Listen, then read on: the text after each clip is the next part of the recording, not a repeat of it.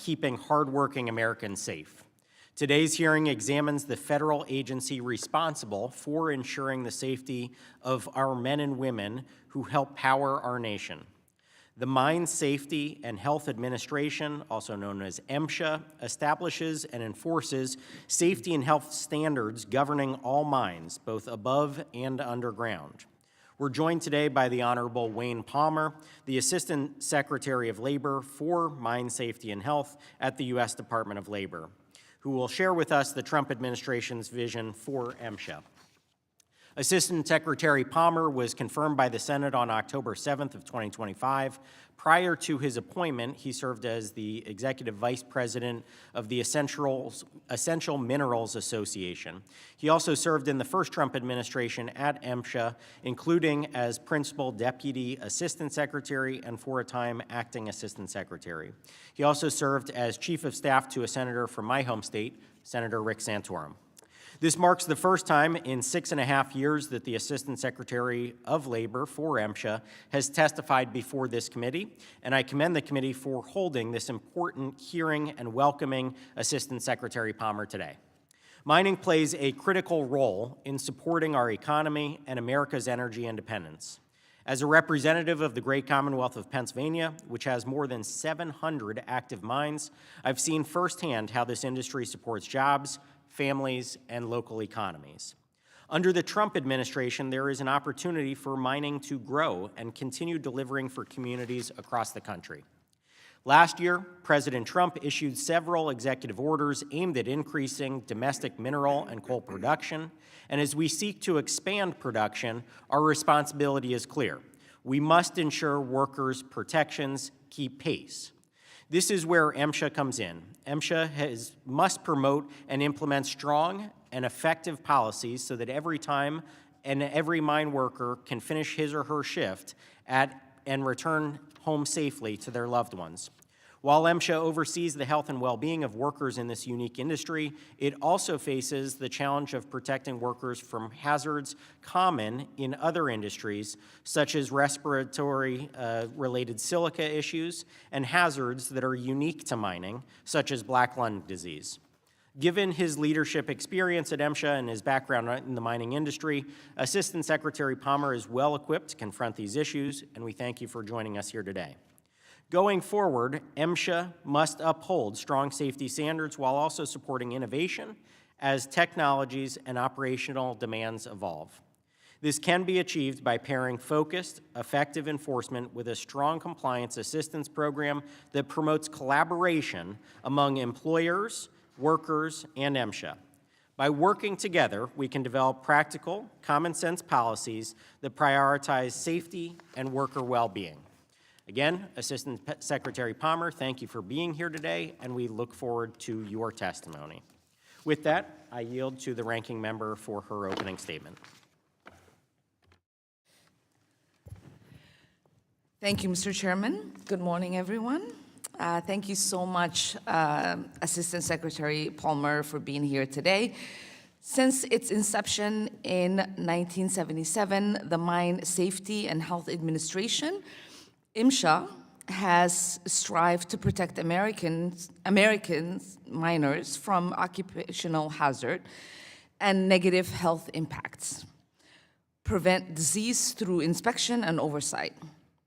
MSHA sets vital health and safety standards, such as rules on dust levels, posting warning signs, and controls for explosive hazards.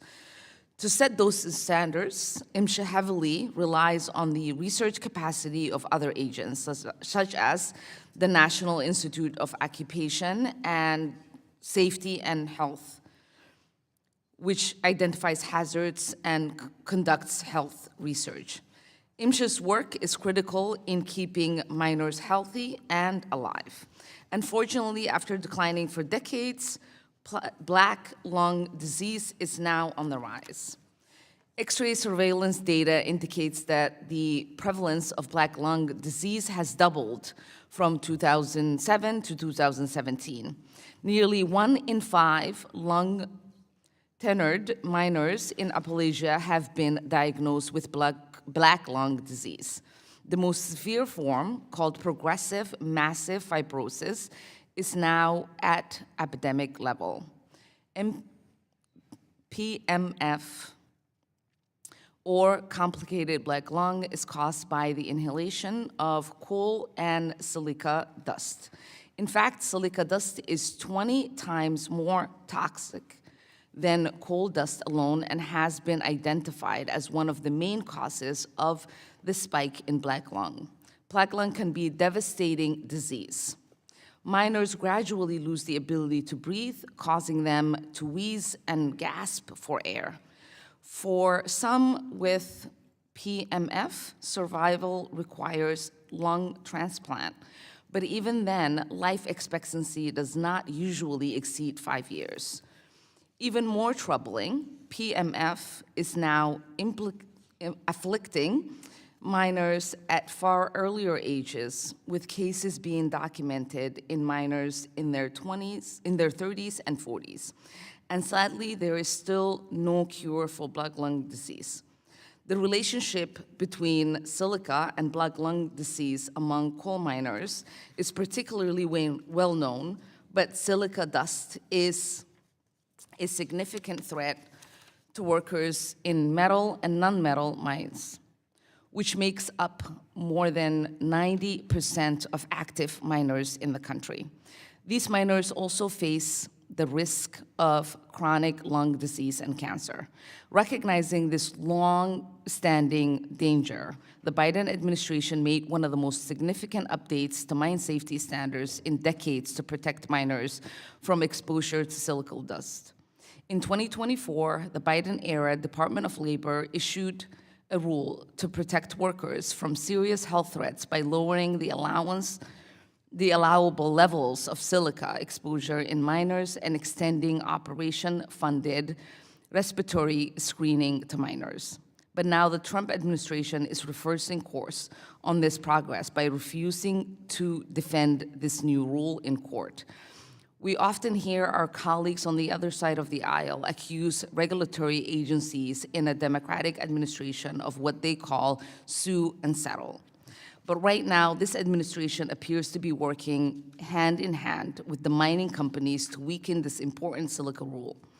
Also of critical concern is MSHA's ability to hold bad operators accountable for injuring or killing miners. MSHA now has only 654 inspectors. I look forward to hearing more from the Assistant Secretary about his plans to restore the agency to full capacity. Staffing ultimately is the agency's capacity to get the job done to protect miners. I worry that the current status is not serving miners well. In 2025 alone, there was 21% increase in miners' fatality, driven by a 40% increase in deaths in metal and non-metal mines. Ranking Member Scott and I sent 2 letters earlier last year inquiring about the extent and impact of firing DOL and MSHA. The administration has so far failed to provide a substantive response to these letters, leaving Congress and the miners who rely on the services of MSHA in the dark. By firing staff at MSHA and NIOSHA, refusing to enforce safety regulations and closing dozens of MSHA offices, the Trump administration is failing to protect the health and safety of hardworking miners and sabotaging decades of efforts to prevent black lung. As healthcare costs skyrocket, miners should not have to worry about workplace exposures forcing them into hospitals. Assistant Secretary Palmer, I look forward to our conversation today, and I hope that we can figure out a way to keep miners safe and prevent future tragedies. Thank you, Chairman, and I yield back. Pursuant to Committee Rule 8C, all members who wish to insert written statements into the record may do so by submitting them to the committee clerk electronically in Microsoft Word format by 5 p.m. 14 days after this hearing. And without objection, the hearing record will remain open for 14 days to allow such statements and other extraneous materials noted during the hearing to be submitted for the official hearing record. I note that some of my colleagues who are not permanent members of this subcommittee may be waving on for the purpose of today's hearing. Now to our witness introductions, obviously joined by one individual today who has already been introduced, Mr. Wayne Palmer, the Assistant Secretary of MSHA. We want to thank you for being here today, and we look forward to hearing your testimony. Pursuant to committee rules, I would ask that you limit your oral testimony to a 3-minute summary of your written statement, which you have provided to all of the committee members. As committee members may have many questions for you, the clock will count down from 3 minutes, and pursuant to Committee Rule 8D and committee practice, however, we will not cut you off until you reach the 5-minute mark. I would also like to remind you to be aware of your responsibility to provide accurate information to the subcommittee. And with that, Assistant Secretary Palmer, you are recognized for your testimony. All right. Thank you, and good morning, Chairman McKenzie, Ranking Member Omar, and members of the subcommittee. Thank you for inviting me to testify here today, and I also want to thank Chairman Wahlberg and Ranking Member Scott for joining this hearing. It is an honor to appear before this subcommittee and to represent President Trump, Secretary Chavez-Dreamer, and the Mine Safety and Health Administration. As a descendant of both coal and metal non-metal miners, it is a privilege to serve as the 12th Assistant Secretary for MSHA, and I can think of no mission more vital than ensuring the day-to-day safety and long-term health of our nation's 325,000 miners.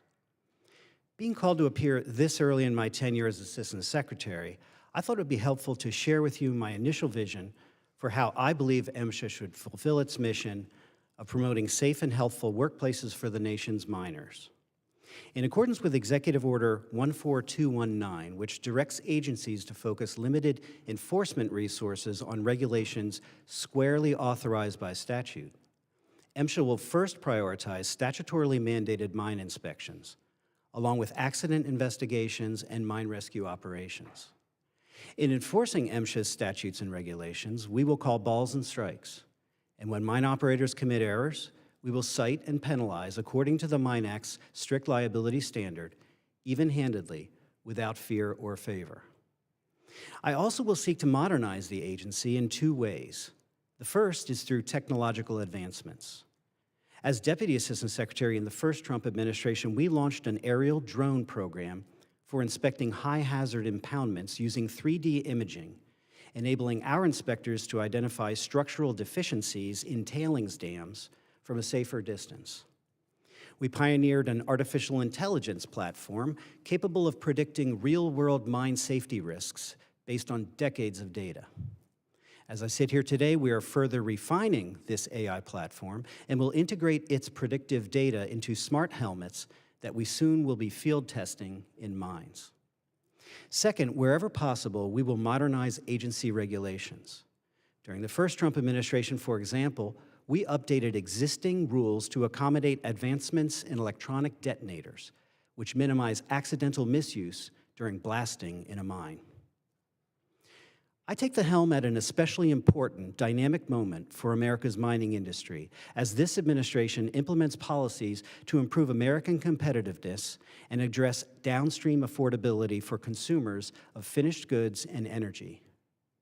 As you know, we have grown dependent on non-domestic mineral supply chains, including from countries hostile to our economic and security interests. This administration is vigorously pursuing policies aimed at reshoring those supply chains, where the previous administration granted Fast 41 permitting status to only a single new mine project. Already during its first year in office, the Trump administration has granted such status to 14 additional projects, focused all on critical minerals. Where the outgoing administration imposed a moratorium on coal lease sales in service of energy security and affordability, the Trump administration is moving to increase sales. These are just 2 examples of actions that will lead to new mines and increased production at existing mines, with the International Energy Agency reporting that strong policy support already boosted domestic demand for coal in 2025. So what does this mean for MSHA as an agency? Well, from a safety perspective, when new mines enter their development phase, MSHA will provide compliance assistance to startups. So far, MSHA has assisted 93 new or reopening mines with regulatory compliance, helping them to avoid thousands in fines and more swiftly commence their operations. How better to ensure safety than to help a new mine prepare for regulatory compliance before MSHA shows up unannounced for that mine's first statutorily mandated inspection? From an organizational efficiency perspective, it means situating our resources strategically to accommodate future growth. The majority of critical mineral mines in development fall west of the Mississippi, and MSHA needs to be resourced accordingly into the future. Again, I appreciate the opportunity to discuss mine safety and health with you. I look forward to answering any questions that members of this subcommittee may have. Thank you, Mr. Palmer. Under Committee Rule 9, we will now ask questions of the witnesses under the 5-minute rule. We will recognize the chairman of the full committee, Mr. Wahlberg, and then we will move to recess and reconvene after House voting. With that, I turn to Mr. Wahlberg. Well, thank you, Mr. Chairman, and thank you, Mr. Palmer, for being here. I remember when I chaired this subcommittee a number of years ago, and the opportunities to go down into underground mines in West Virginia, Pennsylvania, open pit, surface mining out in North Dakota, salt mine under Detroit, and then up in the Upper Peninsula of Michigan to see some of the hard rock mines that went on. What a valuable resource and endeavor we have, and the miners, incredible people willing to do things that most don't think about, and as well as the mine operators providing the resources that we need. So thank you for your attention to all of this. MSHA's mission is to promote safe and healthful workplaces for America's miners, and that demands that robust compliance assistance efforts accompany the agency's enforcement status. Can you discuss the agency's compliance assistance and safety and health, or the CASH program, with us? Thank you, Mr. Chairman, for that question. So the CASH program was established last year. It stands for Compliance Assistance in Safety and Health. And it's one of a handful of different capabilities that MSHA has to provide compliance assistance. The CASH program itself is focused mostly on the startups that I was referring to in my testimony.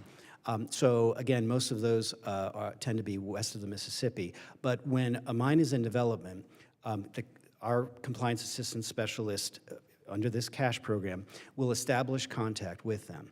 Now, if the mine is still in early development and they haven't begun to construct the mine, build roads, build buildings, begin to move earth, they may not be ready for a compliance assistance visit, but we are establishing those relationships. And when they are ready, we will send a specialist out to walk them through what's referred to as an E01 inspection, the statutorily mandated 2s and 4s, as we call them, and without issuing citations and violations. Then, at some point, unexpectedly unannounced, because under the Mine Act it would constitute advance notice, which is prohibited, at some point an MSHA inspector subsequently will show up unannounced and do the full E01 inspection, including violations and citations. But again, as I said in my testimony, it's all in service of preparing them to comply and educating them on how this works, especially if the mine operator, the company, is headquartered, based in a different country where they have a different system for mine safety, and they're not familiar with the Mine Act, the Miner Act, and 30 CFR. Well, that side of the ledger is so important, to have clear understanding. The enforcement aspect always has to be there, Right. but it has to be done in such a way that it's a partnership in the process, so I appreciate that. We can all agree that vast majority of mine operators want to do the right thing. It costs them significantly if they don't. They want to take care of their workers, and they want to provide them with a safe and healthful workplace. In addition to the CASH program, what are you planning to do at MSHA to promote more outreach to all stakeholders and ensure their views are considered? Yes, thank you for that question, Mr. Chairman. So I intend, as Assistant Secretary, to be as visible, engaged, and responsive as possible with the industry, the stakeholders. Serving as Deputy Assistant Secretary during the first Trump administration, I spent a great deal of time attending safety conferences and speaking, and just getting to know the operators. I believe that having those relationships goes a long way toward helping them to comply and keep their minds safe. I'm also looking to renew these formal alliance agreements that MSHA has had in place since the year 2000 with numerous trade associations in the mining industry. And they are non-binding, they're more aspirational, but they do softly commit, again, non-binding, the two parties, MSHA and the trade association that is party to the agreement, to convening at least twice a year in service of safety to cover really important safety topics and trends in mine safety. So I intend to be fully engaged with the industry along the way. Well, I applaud you for your more than 20,000 inspections of 12,000 mines during the course of 2025, and don't have time to ask you about the plans for 2026, but I assume it'll be aggressive as well and help us in the whole mining situation. I see my time has expired. I yield back. Thank you, Mr. Chairman. A vote has been called in the House, and pursuant to the previous order, the chair declares the committee in recess subject to the call of the chair. We'll plan to reconvene promptly 10 minutes after the last votes in this series have been called. And with that, the committee now stands in recess.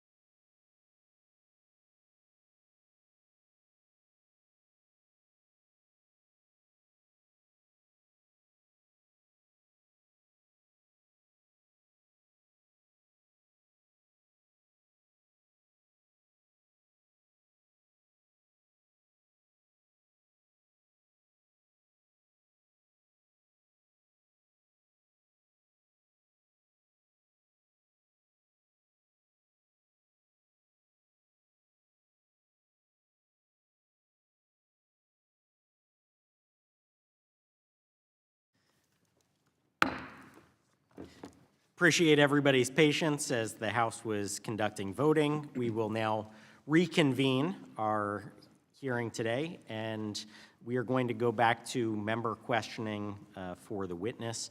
And with that, I will recognize our ranking member for 5 minutes of questioning. Thank you, Chairman. Assistant Secretary Palmer, I want a clear record on your past history with respect to the Silica Rule. You were previously the Executive Vice President of Essential Minerals Association, a trade association of mining companies. Is that correct? That's correct. Did EMA comment on the proposed rule? Yes, EMA did.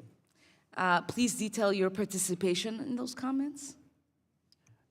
As Executive Vice President, I oversaw the Safety and Health Committee, which is composed of the industrial hygienists and safety managers from all the member companies. Did you personally review, edit, approve, or direct any part of those comments? Those comments were the product of a consensus that flowed from all of those member companies. But did you have a direct contact with those comments before they were submitted? I participated in that process. Our president, Okay. And so what was the core objection to the rule by the Essential Mineral Association?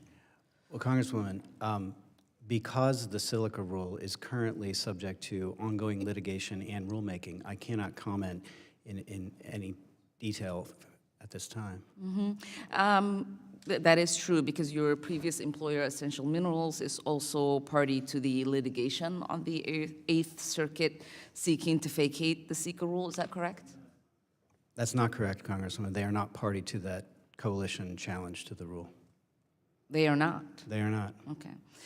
Exactly what role did you play in developing the EMA's position and regulatory agenda in this case? I've already described the role that I performed, but again, because that rule is subject to ongoing litigation and rulemaking, I cannot comment in detail.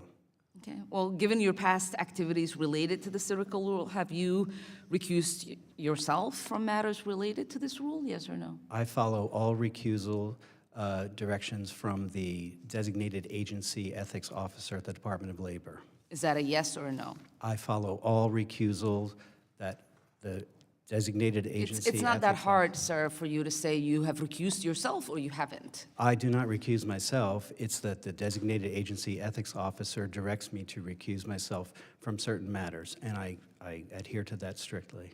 Okay. I appreciate you finally responding to Committee Democrats' oversight letter from last year on the agencies concerning decisions to proceed with multiple office closures. I want to focus on one decision in particular, which is your plan to close the District 12 office in Pineville, West Virginia. Are you aware of the history behind the creation of that office? Thank you for that question. I was not sworn in until October 23rd of last year, so I did not participate in that process. But I appreciate the opportunity to clarify. In your opening statement, you suggested that dozens of offices closed, when in fact it was only 6, one of which was already I'm slated asking for about a closure. particular one, so let me remind you. District 12 was created after the Uber Big Branch Mine disaster in 2010, an explosion that killed 29 miners. After this entirely preventable tragedy, MSHA recognized it needed to do more to protect miners. It created District 12 to split an overwhelmed district's workload and strengthen oversight capacity in southern West Virginia. Mr. Palmer, tell us plainly what you're going to do with District 12.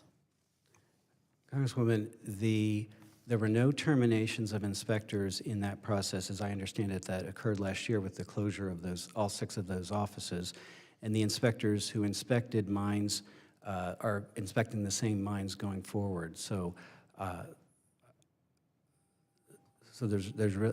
we have the same number of inspectors in that region. It seems from your response that you are relocating the offices or reassigning folks. What steps have you taken to ensure the same problems uncovered in the after-action review of Uber Big Branch will not happen again after the offices have been closed? So the Labor Department made exceptions last year due to MSHA's safety and health enforcement mission, no inspectors were terminated, including those who were in their probationary period. The department also did not allow inspectors to opt into the second round of the deferred resignation program. And we will be able to complete all of our statutorily required inspections this fiscal year, just as we did last year, including in the region you're referring to. Yield back. Thank you. Next, I will yield to myself for 5 minutes of questioning and want to discuss, Mr. Palmer, the Trump administration's policies have gone a long way to encourage job growth, particularly in the mining industry, an area of focus of theirs. And the president has issued an executive order focusing on growing our domestic critical mineral and coal production. Can you please explain how MSHA fits in with that agenda? Yes, thank you for that question, Mr. Chairman, and I'd be happy to. So the administration has several different tracks where they are looking to incentivize more domestic mining, the reshoring of critical minerals, as I referred to earlier. One is Fast 41 status, where there are now 15 projects that have been assigned that status, which makes more efficient the permitting process for new mines. But there are other efforts. I can't speak to the detail of EPA. It's not part of the Department of Labor, but I know that EPA, in terms of the coal sector, has taken some actions as well. The granting or reviving the right-of-way to the Ambler Metals Mine in Alaska is another example. So there are all these different policies and actions that are leading to the opening of new mines, reopening of old mines, and additional mining at current operations. And so MSHA's role in that is wherever mining occurs, whether it's new or pre-existing, we are bound by the Mine Act to perform our EO1 inspections at least 2 times a year at surface mines and at least 4 times a year at underground mines. And we will continue to do that. As I alluded to in my opening testimony, we do want to track where those new mines are reopening, and as I said, so many of those new critical minerals mines are opening out west, and so I want to be sure as Assistant Secretary that we are resourcing the agency so that we have the capabilities, the resources in those places as these new mines come online. Well, thank you for that answer. As you are well aware, the expansion of critical minerals is an imperative for our country's national security.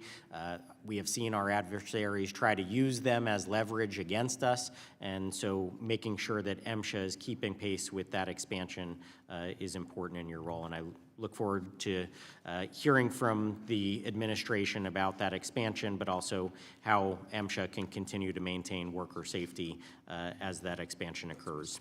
My next question relates to something you touched on already, so I don't know if there is any more to expand on, but there have been leaps in technology over the past decade that have been pretty astounding. Obviously, the introduction of more AI-capable technology, you mentioned drones.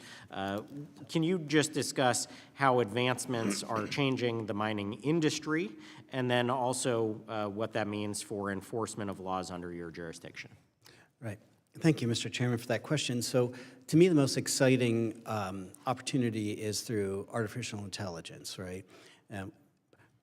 Mine operators themselves are looking to adopt it, but at MSHA, as I said in my opening testimony, we are working on predictive analytics. So taking decades and decades of very granular data that our inspectors have collected and deposited into our database, using predictive analytics, we are developing dashboards. Some of those dashboards are intended for internal use and some are for external use. For internal use, when an inspector goes to a mine in the future, they will not just simply have a checklist of things that they need to look at as an inspector, but the predictive analytics will suggest to them that there are certain aspects of that mine that they need to pay particular attention to.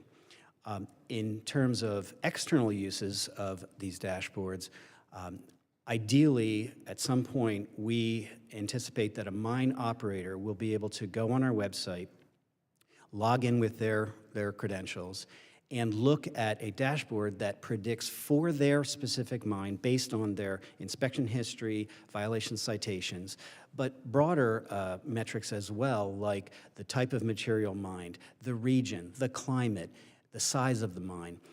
And they will be able to look at predictive analytics, pointing them to the most likely hazards that would occur in their mine.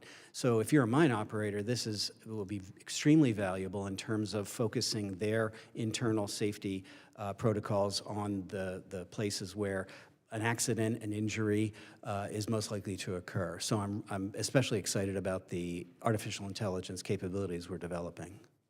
Great. Well, thank you for your response there. I do have some other questions about silica, which I think members on both sides are going to be asking about, which is a good topic that we consider moving forward, and also about training of our miners and what we can do to encourage training in that space.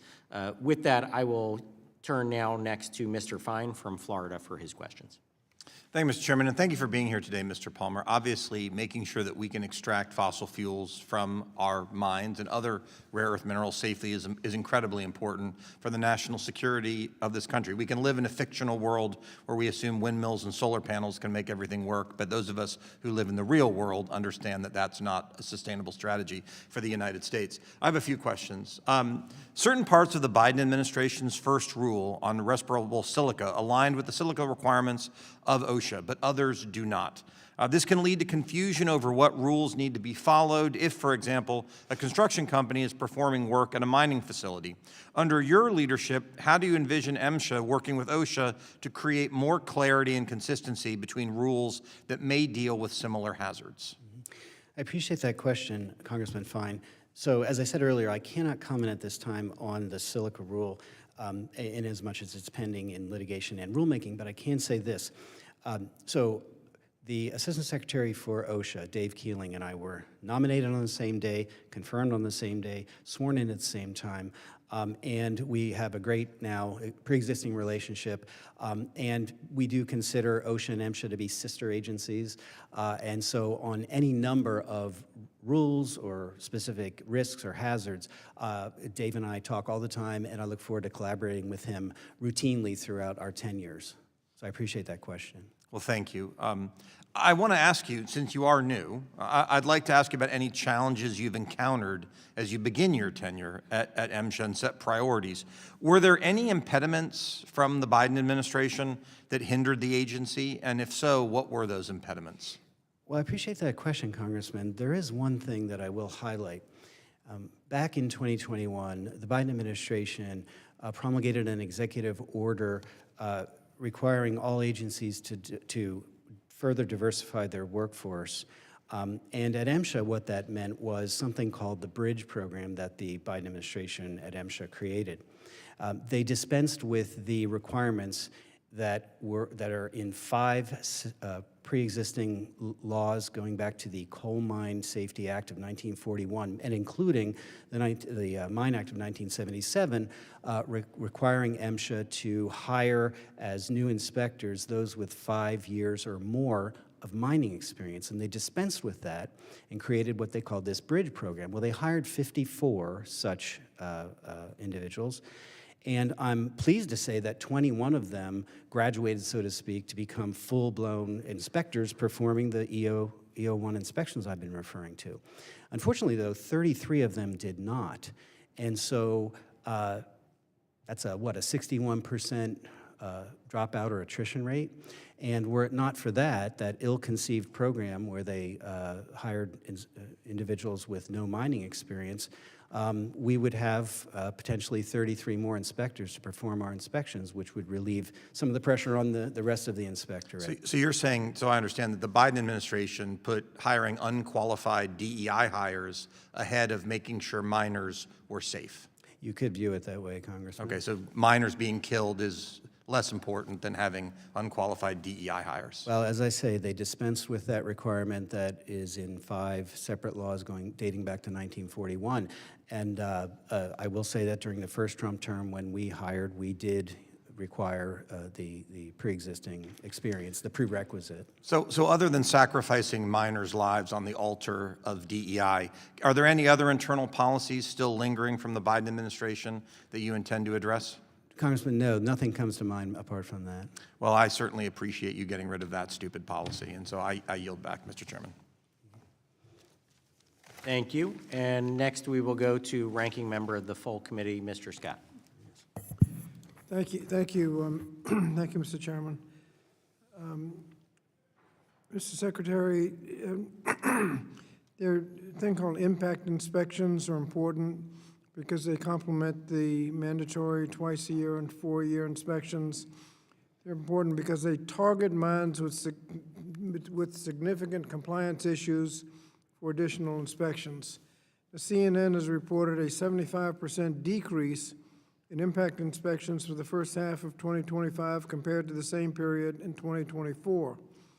How many impact inspections did MSHA complete in total for 2025?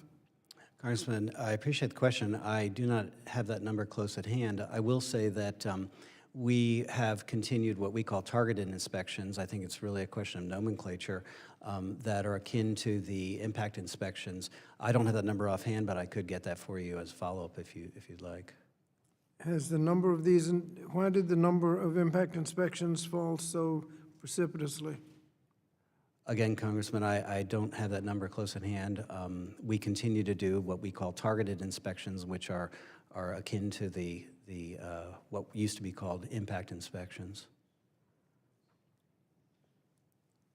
And could you get the number of those that you have performed? Yep, sure, I can follow up with that. I'd be And happy your to. testimony doesn't mention impact inspections, so if you could kind of talk about that and what you intend to do going forward.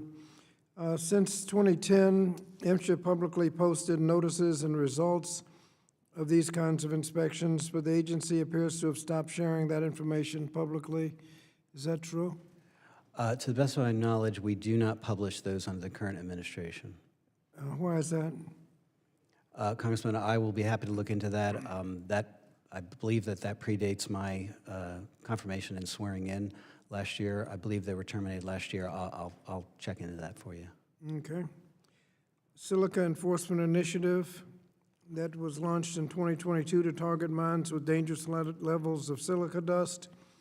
Is MSHA continuing to implement that initiative? Congressman, as I said earlier, because the silica rule is subject to ongoing litigation and rulemaking, I cannot comment further at this time. Well, that's an initiative, that's not a rule. We continue to inspect mines as we have previously, including sampling for dust, including silica, if that's what you're asking. Yes, we haven't suspended our normal inspection protocols. Well, do you know how many mines were inspected under the Silica Enforcement Initiative in 2025? I do not have that number close at hand, but I can get that for you as well. Okay.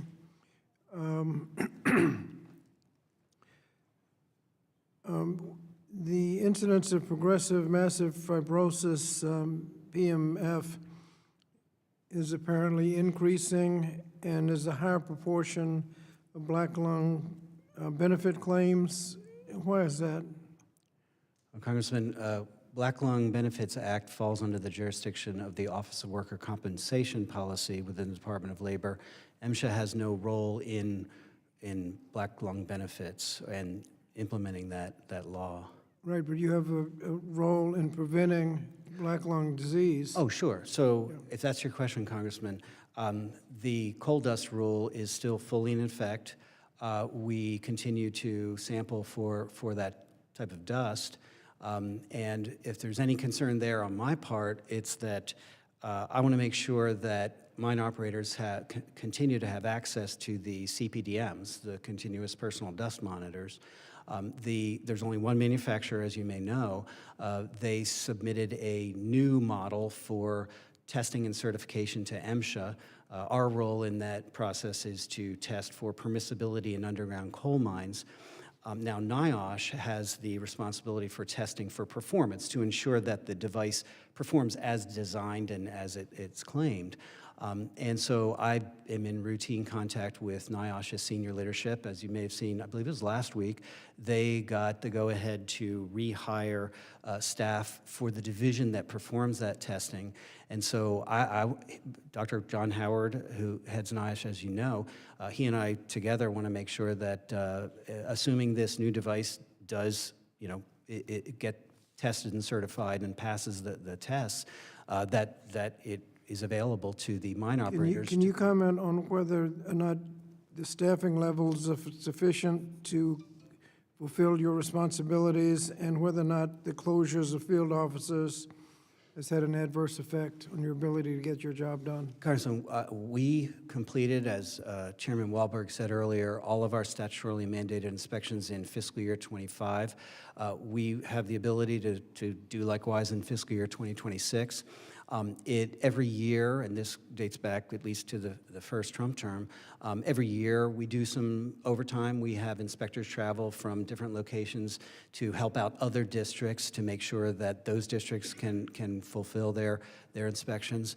It does require overtime, which is cost. It requires travel, which is cost, and it does put more of a burden on some of our inspectors to do those additional inspections, but we have the ability to fulfill that obligation this fiscal year. Thank you, Mr. Chairman. Next, we will turn to Mr. Mesmer from Indiana. Thank you, Mr. Chairman, and thank you, Mr. Palmer, for being here today. Coal mining is an important part of my home district, where we account for all active coal mines in the state of Indiana. My constituents feel it deeply when onerous federal restrictions shutter coal mines across the state, raising our energy bills and taking away critical jobs from Hoosiers. In December, the Trump administration ordered a temporary halt to the plant shutdowns of two coal-burning power plants in Indiana.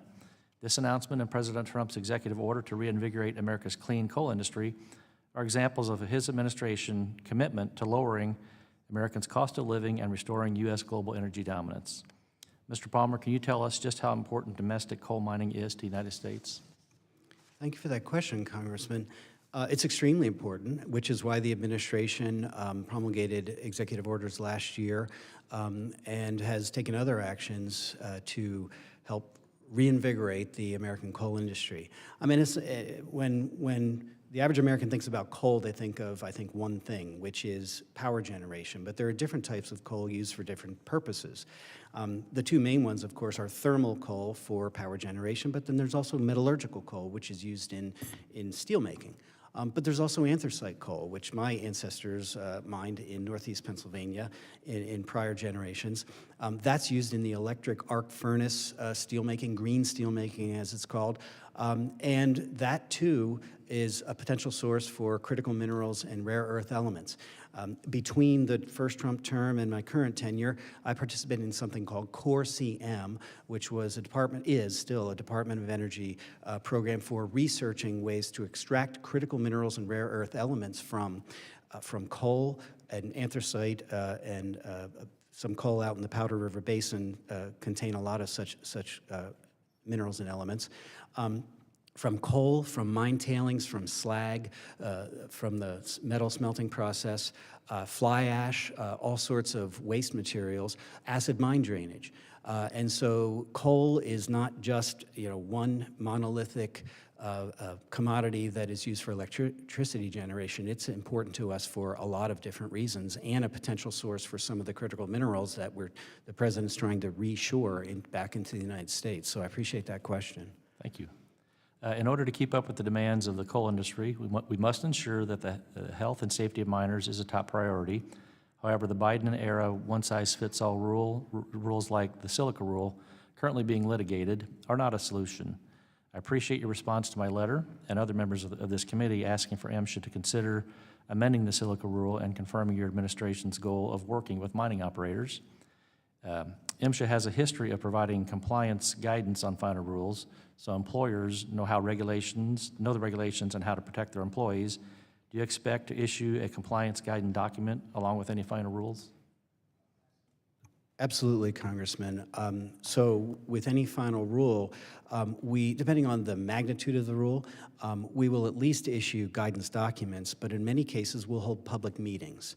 across the country, where operators can come and in person hear from MSHA's enforcement, our technical support group, all the subject matter experts on how to comply with that given rule. So yes, absolutely, we want to be as forthcoming as possible in helping operators comply with any rule that we might promulgate. Thank you. Will MSHA also ensure that inspectors are fully briefed on these guidance documents so they are well equipped to help employers protect their employees?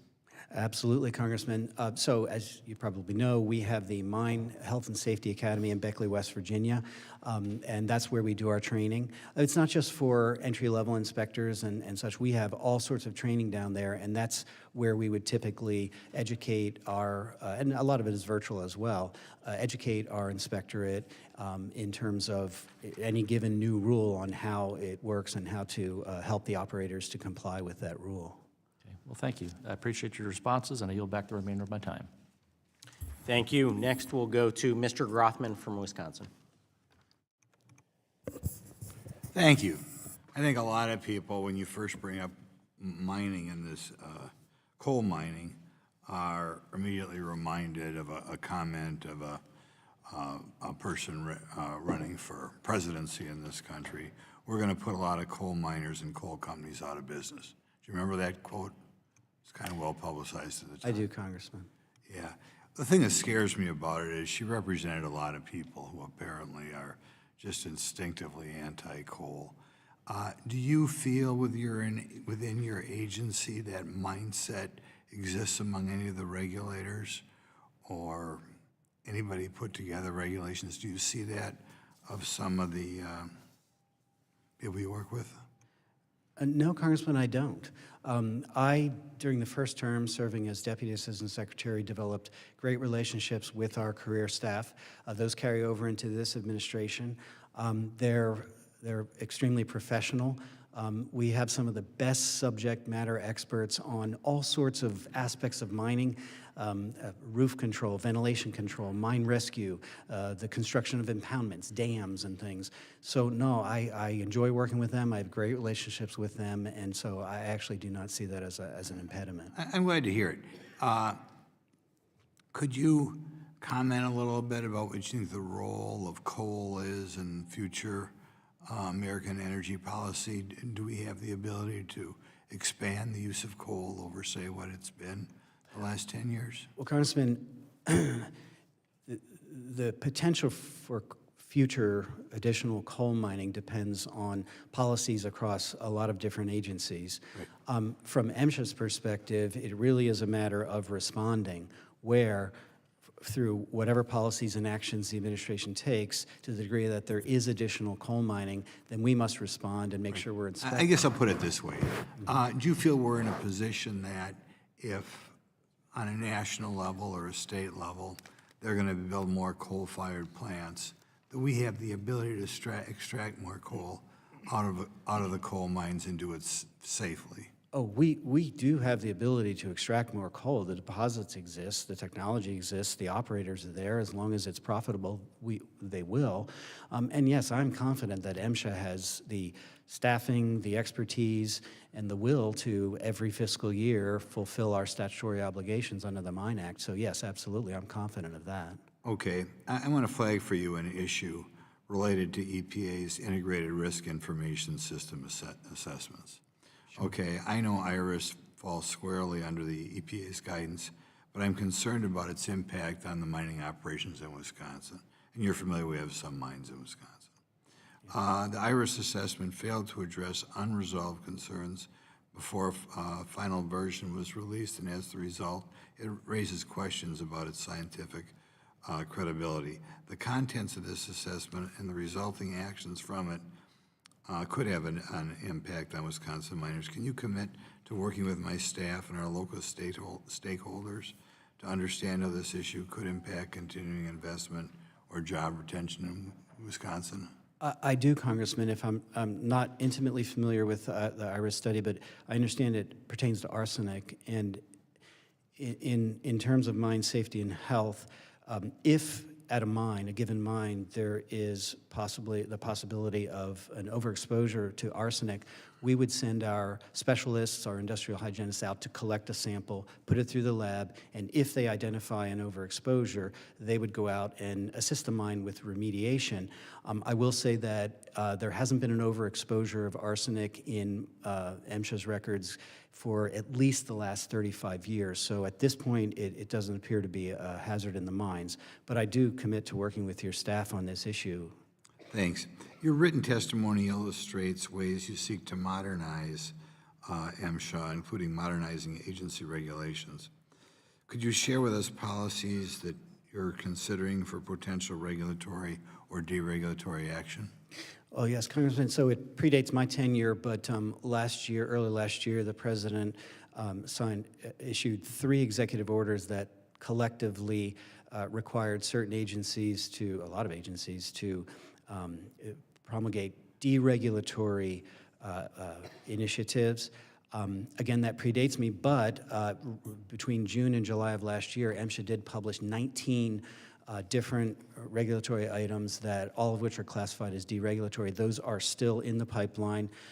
We will continue on those 19 initiatives, and in doing so, I pledge to fully adhere to the Administrative Procedure Act of 1946, which lays out that process, and that process includes a period of certain duration, 30, 60, 90 days, whatever, where there's a public comment period, and any stakeholder can submit a comment to the record, and then once that comment period ends, the agency is obligated to analyze all of those comments and reflect those comments in the final rule. So those 19 deregulatory items are still in the pipeline. I can't comment on details because they are ongoing rulemaking, but I can tell you that they are continuing forward. Well, thank you, Mr. Assistant Secretary. I'm glad you came over here today, and you're exactly the type of person we need over there to be a fair broker when it comes to mining. Well, thank you, sir. Thank you. And our final set of questions come from Mr. Moylan of Guam. Mr. Chairman and Ranking Member, thank you for allowing me to wave on to the subcommittee today, and it's good to be back. Mr. Palmer, thanks for coming today, and I want to say congratulations on your confirmation, and thank you again for the work you did with me and my team while you were Senior Advisor for Congressional Affairs. Thank you so much. And I'm looking forward to working with you in your new position as well. So, Mr. Palmer, in 2024, a report from the Department of Labor Office of the Inspector General found that MSHA failed to sufficiently identify its own jurisdictions and had never conducted mandatory mine inspections in 3 U.S. Pacific territories. So how are you making sure MSHA completes these inspections and fulfills its mandates? Thank you, Congressman, for that question. I'm familiar with that November 2024 memo to the Biden administration, and I can tell you this, that so last year, MSHA sent an inspector to all 3 of the territories in the Pacific to inventory the mines that are there. They inventoried 17 mines, and subsequently, senior officials I know met with your office and offices for the other 2 territories. As I sit here today, our head of enforcement and our assistant district manager from our Birmingham, Alabama office are in the territories. They are meeting with government officials and mine operators to talk about the process going forward. Next week, we're sending inspectors over, and they're going to perform compliance assistance visits. Because these are first inspections for your mines, they're going to go out and walk each mine through an EO1 full statutory inspection, but without issuing any citations or violations. At some point in the future, they will return and perform one of the actual EO1 inspections, and it'll be the real inspection with actual violations and citations. But the whole idea, again, is to orient your mine operators and make sure they understand how the process works so that when MSHA shows up unannounced, they'll be prepared to get through an inspection, hopefully with very few citations and violations. That's very helpful, taking that approach. I'd like to work with you on this so we can help the island better understand what we need for the safeguard and the protection of the community and what we need for our nation as well. Absolutely, Congressman. And if you have any feedback that you get back home, please do share that with us, for better or for worse, because we want to make sure this occurs as efficiently and effectively as possible. So thank you for that. You're welcome. Just one other question. Now, when many people think about the mining industry and miners, they think about coal mining. But coal mining is just the tip of the iceberg compared to metal, non-metal mines, and a variety of above-ground mining operations. How are you taking a different approach to strategies for protecting miners in different sectors of the industry? And what factors are you taking into account as you develop these strategies? Yes, thank you for that follow-up question. So back during the first Trump administration, the Assistant Secretary Dave Zateslow, I think you could call it his signal achievement, was creating something called One MSHA, where previously within the enforcement division, there were two separate verticals. One was for coal, safety, and health. The other was for metal, non-metal. And you're right, for every coal mine, there are a dozen metal, non-metal mines. And to your point on surface versus underground, for every underground mine, there are 24 surface mines. And so I'll give you a good example pertaining to your territories. I mentioned that the assistant district manager from the Birmingham, Alabama office is with our head of enforcement in the territories right now. Well, the reason he's there is because the inspectors we're going to send to do those compliance assistance visits and the subsequent full inspections are from our Puerto Rico office. They are most familiar with, most expert in the types of mines, all surface mines in the territories, right, that you have in your territories. And so we're sending the ones who are most expert. So it's a situational thing. It's tailoring our inspections or compliance assistance visits to the type of mine. And yes, surface mines are quite different than underground mines, and we want to acknowledge that, even though now the enforcement division is one, unified unit. Thank you for the explanation. Welcome aboard. Looking forward thank to you. working with you. Thank you, Mr. Chairman. Thank you. That concludes questioning, and we will now move to closing remarks. I would like to recognize the ranking member for her closing statement. Thank you, Mr. Chairman. Once again, thank you, Assistant Secretary Palmer, for joining us today. The importance of the Mine Safety and Health Administration's role is protecting the lives of miners cannot be overstated. Black lung disease caused by inhalation of coal and silica dust is increasingly affecting younger and younger miners.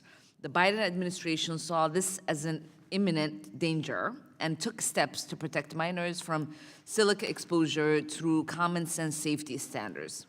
Unfortunately, instead of enforcing the Biden-era rule, the Trump administration has given mining executives a pass to put miners in harm's way without proper protection against silica exposure.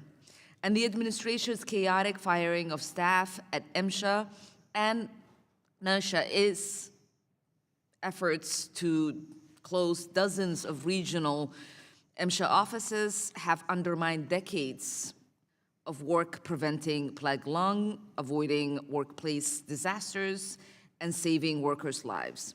MSHA's work, quite literally, can mean life or death for tens of thousands of miners. That is why Congress must take action to hold MSHA accountable and ensure its enforcement well-researched safety regulations and conducts regulatory inspections. Because miners deserve to come home at the end of the day, safe, healthy, and well-paid. Thank you once again for joining us today, Assistant Secretary Palmer. I look forward to continuing our conversation and discussing more ways that we can keep miners safe on the job.